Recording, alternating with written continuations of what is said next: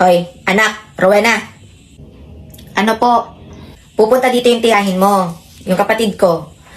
Mamasko ka doon. 100 pesos din yon. 100 pesos na naman? Dapat pag dumadagdag yung age, dumadagdag din yung demand. Saka yung ninang mo, pupunta rin dito. Yung kuripot, yung 20 pesos lang ang binibigay tuwing Pasko. Humingi pa yun ng sukle. Maganda ka ng barya, ha? Ano, 20? Sabihin mo may sakit ako. 20 pesos sa loob ng isang taon, yun lang naipon. Eh di sana nagtrabaho na lang ako magbabalat ng sibuyas. Mas malaki pakikitain ko. Hay nako, pandagdag din yun. Hayaan mo na. Saka yung ninang mo din na taga ibang bansa, pupunta rin dito mamaya. Yun yung pinakamayaman na ninang mo. Magbibigay yun ng 100k. So dapat magpakitang gilas ka dun. Ha?